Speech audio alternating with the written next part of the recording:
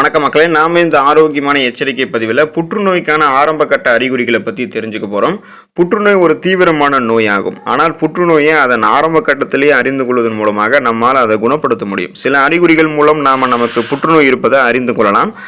இப்போ குறிப்பாக சில நேரங்களில் சின்ன அறிகுறிகள் கூட புற்றுநோய் போன்ற பெரிய நோய்களுக்கான அறிகுறியாக இருக்கலாம். இந்த அறிகுறிகள் நம்ம ஆரம்ப கட்டத்திலேயே கண்டுபிடிச்சிட்டோம் அப்படின்னா அந்த புற்றுநோய் நம்மளுடைய உடலில் பரவாமல் நம்மளால் தடுக்க முடியும். அந்த ஆரம்ப கட்ட அறிகுறிகள் நம்ம புறக்கணிக்கிறது ரொம்ப ரொம்ப கஷ்டம். இதனால் நீங்கள் அவசியமாக பார்த்தீங்கன்னா பயப்பட வேண்டும் அப்படின்றது கிடையாது. புற்றுநோய் ஏற்படுவதற்கான ஆரம்ப கட்ட அறிகுறிகளை பற்றி விளக்கமாக பார்க்கலாம். அதை பற்றி பார்க்குறதுக்கு முன்னாடி இந்த வீடியோவுக்கு மட்டும் ஒரு லைக் கொடுத்துட்டு இந்த தகவலை உங்களுக்கு தெரிஞ்சவங்களுக்கும் ஷேர் பண்ணிவிடுங்க. ஏன்னா அது அவங்களுக்கும் பயனுள்ளதாக இருக்கக்கூடிய ஒரு ஆரோக்கியமான பதிவு தான். இது போன்ற அப்டேட்ஸ்கள் நீங்கள் தொடர்ந்து பார்க்கறதுக்கு நம்மளுடைய ஹெல்த் நியூஸ் தமிழ் சேனலை மறக்காம சப்ஸ்கிரைப் பண்ணி வச்சுக்கோங்க. பக்கத்தில் இருக்கக்கூடிய பெல் பட்டனையும் கிளிக் பண்ணி ஆல் அப்படின்ற ஆப்ஷனையும் செட் பண்ணி வச்சுக்கிட்டீங்க அப்படின்னா நான் போடக்கூடிய எல்லா அப்டேட்ஸும் உங்களுக்கு நோட்டிஃபிகேஷன் அடிக்கடி சேரும். சரிவாங்க மக்களே, இப்போ வீடியோக்குள்ள போடலாம். எடை குறைதல் உங்களுக்கு புற்றுநோய்க்கான ஆரம்ப கட்ட அறிகுறியாக பார்க்கப்படுது. உங்களுடைய எடையானது வழக்கத்திற்கு மாறாக மிகவும் வேகமாக குறைவதை உங்களால் பார்க்க முடியும். அதுவும் நீங்கள் எந்த விதமான எடை குறைப்பு நடவடிக்கைகளையுமே மேற்கொள்ளாமல் இருக்கும் பொழுதே உங்களுடைய உடல் எடையானது வழக்கத்திற்கு மாறாக ரொம்பவே ஃபாஸ்ட்டாக குறையும். ஸோ இந்த நிகழ்வு நீங்கள் சாதாரணமான ஒரு நிகழ்வாக எடுத்துக்க கூடாது. இந்த மாதிரியான அறிகுறிகளை நீங்கள் சந்திக்கும் போது எச்சரிக்கையாக இருக்கணும். ஏன்னா இது கணையம், வயிறு, உணவு குழாய் அல்லது நுரையீரல் போன்ற பகுதிகளில் கேன்சர் உருவாவதற்கான சிம்டம்ஸ், அந்த அறிகுறிகளாக இருக்கலாம். ஸோ சோதனை செய்து கொள்வது நல்லது. உடலில் வீக்கம் அல்லது கட்டி ஏற்படுதல் புற்றுநோய்க்கான ஆரம்ப கட்ட அறிகுறியாக பார்க்கப்படுது. உடலில் ஏதாவது ஒரு பகுதியில் வீக்கம் அல்லது கட்டி ஏற்பட்டுச்சு அப்படின்னா அதை நீங்கள் கண்டுகொள்ளாமல் விட்டுறாதீங்க. வயிறு, மார்பகம் போன்ற இடங்களில் புற்றுநோய் காரணமாக கூட கட்டிகள் நமக்கு ஏற்படலாம். எனவே இந்த மாதிரியான கட்டிகள் உங்களுக்கு நீண்ட நாட்களுக்கு இருந்துச்சுன்னா உடனே நீங்கள் மருத்துவரை அணுகுவது நல்லது. ஸோ அவர் உங்களுக்கு சொல்லுவார், இது மற்ற உடல் சார்ந்த பிரச்சனையா அல்லது கேன்சர் செல்லால தான் உங்களுக்கு வீக்கம் ஏற்படுதா அப்படின்றத அவங்க உங்களுக்கு குறிப்பிடுவாங்க. தொடர்ந்து இருமல் ஏற்படுவது புற்றுநோய்க்கான ஆரம்ப கட்ட அறிகுறியாக பார்க்கப்படுகிறது. தொடர்ந்து இருமல் இருக்கிறது அப்படின்றது பல நோய்களுக்கான அறிகுறியாக இருக்கு. மார்பில் அதிகமாக சளி இருப்பதால் கூட தொடர்ந்து இருமல் ஏற்படும். ஆனால் உங்களுக்கு 3 வாரங்கள் ஆரம்பித்து 4 வாரங்கள் வரைக்கும் தொடர்ந்து இருமல் பிரச்சனை இருக்குது அப்படின்னா அது மோசமான ஒரு நோய்க்கான அறிகுறியாக இருக்கலாம். தொடர்ந்து இருமல், சளியுடன் கூடிய ரத்தம் மற்றும் சுவாசிக்கிறதுல சிரமம் போன்ற அறிகுறிகள் எல்லாமே நுரையீரல் புற்றுநோய்க்கான சிம்டம்ஸாக இருக்கலாம். ஸோ அதுக்காக நீங்கள் கண்டிப்பாக ஒரு சுவாசம் சார்ந்த பிரச்சனையால் அவதிப்பட்டுட்டே இருக்கீங்கிறது தான் அர்த்தம். ஸோ அதனால் நீங்கள் மருத்துவரை அணுகி சோதனை செய்து கொள்வது நல்லது. மச்சம் அல்லது மருவில் மாற்றம் ஏற்படுவதால் புற்றுநோய்க்கான ஆரம்ப கட்ட அறிகுறியாகவும் பார்க்கப்படுது.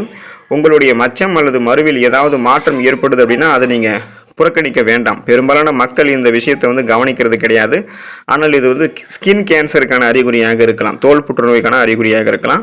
உங்களுடைய சருமத்தில் ஒரு புதிய மரு தோன்றுது அப்படின்னாலும் அல்லது மச்சம் புதுசாக தோன்றுது அப்படின்னாலும் சருமத்தில் ஏற்கனவே இருக்கக்கூடிய மச்சத்தினுடைய அளவு மாறுது, அதனுடைய கலர் சேஞ்ச் ஆகுது, சைஸ் இன்க்ரீஸ் ஆகுது அப்படின்னா இந்த மாதிரியான அறிகுறிகளை நீங்கள் பார்த்தீங்கன்னா உடனே மருத்துவர் அணுகணும். அவங்க உங்களுக்கு ஆலோசனை வழங்குவாங்க. ஏன்னா இது மற்ற தோல் சார்ந்த சாதாரண பிரச்சனை தானா அல்லது ஸ்கின் கேன்சருக்கான அறிகுறியா அப்படின்றத மருத்துவ நிபுணர்கள் உங்களுக்கு குறிப்பிடுவாங்க. சாதாரணமாக அதை நினைக்கக்கூடாது. சிறுநீரில் ரத்தம் கலந்து வெளியேறுதல் புற்றுநோய்க்கான ஆரம்ப கட்ட அறிகுறியாகவும் பார்க்கப்படுது.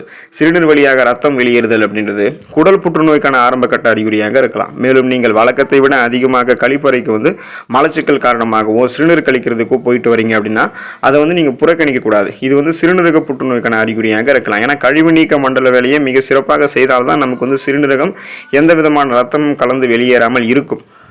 அதாவது ஆரோக்கியமான முறையில் நமக்கு சிறுநீரகம் வெளியேறும்.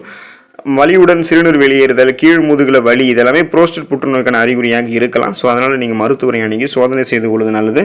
கடுமையான உடல் வலி உங்களுக்கு ஏற்படுவது புற்றுநோய்க்கான ஆரம்ப கட்ட அறிகுறியாக பார்க்கப்படுது. உங்களுக்கு எந்த விதமான காரணங்களுமே இல்லாமல் தொடர்ந்து வாரக்கணக்கான உடல் வலி இருந்துச்சுன்னா அது புற்றுநோய்க்கான அறிகுறியாக இருக்கலாம். புற்றுநோய் ஆராய்ச்சியின்படி புற்றுநோய் கட்டிகளானது எலும்புகள், நரம்புகள் மற்றும் பிற உறுப்புகளில் அழுத்தம் கொடுக்கறதால தான் இந்த மாதிரி அதிகமான வலியை உங்களுக்கு ஏற்படுத்தும் அப்படின்றது குறிப்பிடப்படுது. ஸோ இந்த மாதிரி நீங்கள் அதை சாதாரணமாக உங்களுக்கு ஒர்க் பண்ணுறதால தான் உடல் அதிகமாக வலிக்குது, அதிகமாக நம்ம எதுவுமே பண்ணாமல் இருக்கிறதால தான் உடம்பு வலிக்குது அப்படின்றத நினைச்சிடாதீங்க. அது சாதாரணமாக புற்றுநோய் கட்டிகள் வளர்வதாலும் உடல் அதிகமாக வலிக்கு உண்டாகலாம். மருத்துவரை அணுகி சோதனை செய்து கொள்வது நல்லது.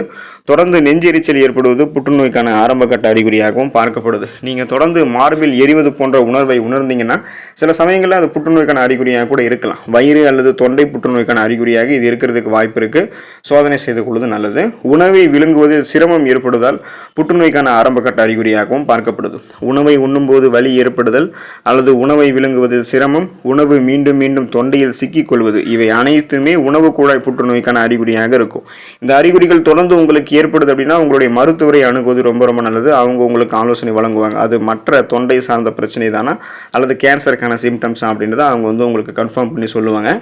இரவில் அதிகம் வியர்த்தலும் புற்றுநோய்க்கான ஆரம்பகட்ட அறிகுறியாக பார்க்கப்படுதுன்னு நீங்கள் தெரிஞ்சுக்கோங்க. இரவில் வியர்ப்பது ஒரு சாதாரணமான விஷயம் அப்படின்னாலும் சில சமயங்களில் இது கேன்சருக்கு ஏற்படுவதற்கான அறிகுறியாக கூட இருக்கலாம்.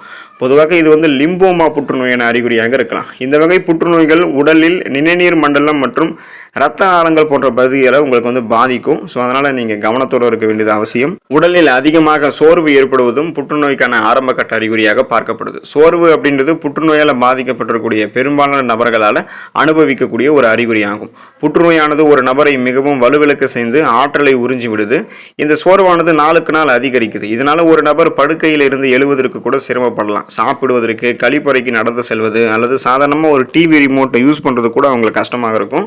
அவங்க ரெஸ்ட் எடுத்தாலும் கூட அந்த ரெஸ்ட் அவங்களுக்கு ஓரளவு துணை புரிந்தாலும் முழுவதுமாக அந்த சோர்வை போக்குவது கடினம். புற்றுநோயால் பாதிக்கப்பட்டவர்களுக்கு இந்த சோர்வு மீண்டும் மீண்டும் அதிகரிக்கும் போது உடல் வலி, குமட்டல், வாந்தி அல்லது மனச்சோர்வு, இந்த ஸ்ட்ரெஸ் டென்ஷன் போன்ற பிரச்சனைகளை கூட ஏற்படுத்துறதுக்கு வாய்ப்பு இருக்குது. அதனால் அதை கவனித்து மருத்துவரை அணுகி சரி செய்து கொள்வது ரொம்ப ரொம்ப நல்லது. உடலில் தடிப்புகள் தோன்றுதல் புற்றுநோய்க்கான ஆரம்பகட்ட அறிகுறியாகவும் பார்க்கப்படுது. லூகேமியா என்ற இரத்த புற்றுநோயால் பாதிக்கப்பட்டிருக்கக்கூடிய நபர்களுக்கு சருமம் சார்ந்த பல பிரச்சனைகள் ஏற்படும்.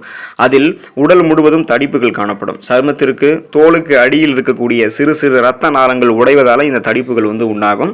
இரத்த செல்களினுடைய அமைப்பில் சமநிலை இல்லாத காரணத்தால் சருமத்தில் ஏராளமான மாற்றங்கள் தோன்ற துவங்கும். ஆகவே இது போன்ற அறிகுறிகளை ஒருவர் லேசாக எண்ணிவிடக்கூடாது. அது மற்ற தோல் சார்ந்த பிரச்சனை தானா அல்லது ஸ்கின் கேன்சருக்கான அறிகுறியாக இருக்கானதை செக் பண்ணிக்கணும். கண்களில் வலி ஏற்படுதல் புற்றுநோய்க்கான ஆரம்பகட்ட அறிகுறியாக பார்க்கப்படுது. கண்களை யாரோ குத்திவிட்டது போன்ற கடுமையான வலி தோன்றுவது கண்களில் புற்றுநோய் செல்கள் வளர்வதற்கான முக்கியமான ஒரு ஆரம்ப கட்ட அறிகுறி. பெரும்பாலும் இந்த அறிகுறிகளை பெரும்பாலான நபர்களும் தவிர்த்துடுவாங்க. ஏன் அப்படின்னு பார்த்தோம்னா அது மற்ற கண்கள் சார்ந்த பிரச்சனையாக இருக்கும். கண் பார்வை மங்குறதுனால தான் நமக்கு அந்த மாதிரி கண்களை குத்தி விட்டது போன்ற வலியெல்லாம் ஏற்படுதுன்னு நினச்சிக்குவாங்க. அது இப்படி நீங்கள் சாதாரணமாக நினைக்கக்கூடாது. அது எதுவாக இருந்தாலும் ஒரு ஹை ஸ்பெஷலிஸ்ட், கண் சார்ந்த மருத்துவ நிபுணரை சந்தித்து ஆலோசனை பெறுவது நல்லது. அடிக்கடி தலைவலி ஏற்படுதலும் புற்றுநோய்க்கான ஆரம்ப கட்ட அறிகுறியாகவும் இருக்குது.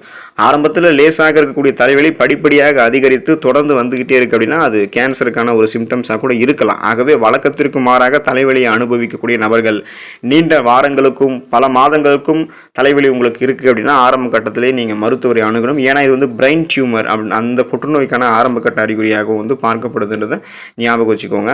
இந்த மாதிரி அறிகுறிகள் உங்களுக்கு இருந்துச்சு அப்படின்னா நீங்கள் முதல்ல செய்ய வேண்டிய விஷயம் என்னன்னா நீங்கள் பயப்படக்கூடாது.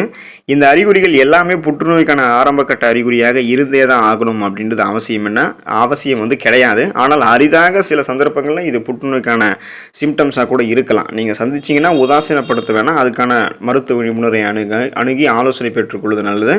ஏன்னா 50 ஆண்டுகளுக்கு முன்னாடி புற்றுநோய் அப்படின்னு சொன்னாலே அது பிளட் கேன்சர், ரத்த புற்றுநோய் அப்படின்னு தான் நம்பிக்கிட்டு இருப்பாங்க. ஆனால் புற்றுநோயில் இப்போ ஏராளமான வகைகள் இருக்குது.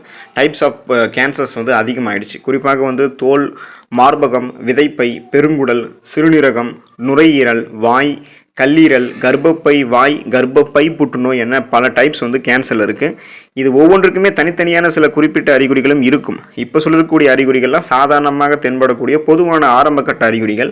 ஸோ இந்த அறிகுறிகள் இருக்கும்போது உதாசீனப்படுத்தாமல், பயப்படாமல் இந்த அறிகுறிகள் இருக்கும்போது மருத்துவரை அணுகி அதை சரி பண்ணி கொள்வது ரொம்ப ரொம்ப நல்லது. நலமோடு இருங்க. அடுத்த பதிவில் மறக்காமல் சந்திப்போம். நன்றி மக்களே.